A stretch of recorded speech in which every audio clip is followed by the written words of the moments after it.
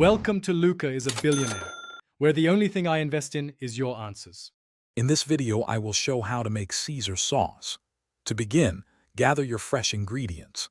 You'll need 1 large egg yolk, 1 teaspoon of Dijon mustard, and 2 tablespoons of fresh lemon juice. Don't forget 1 finely minced garlic clove and 2 anchovy fillets for that authentic flavor. Also, have 1/2 cup of good quality olive oil and 1/4 cup of grated Parmesan cheese on hand. A dash of Worcestershire sauce and a pinch of black pepper will complete your ingredient list. Now let's create the creamy base for your Caesar sauce.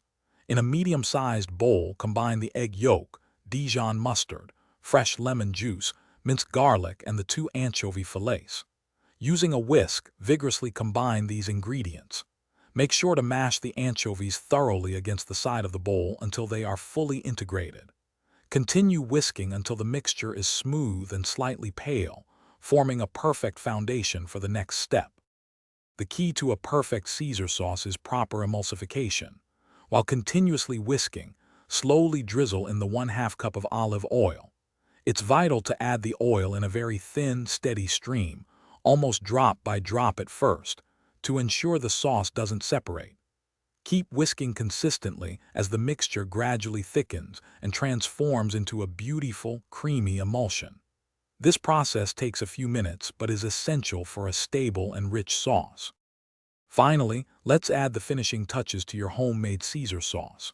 Stir in the 1/4 cup of grated Parmesan cheese and a dash of Worcestershire sauce. Give it a good mix to combine all the flavors. Now, taste the sauce and adjust the seasoning with salt and freshly ground black pepper according to your preference.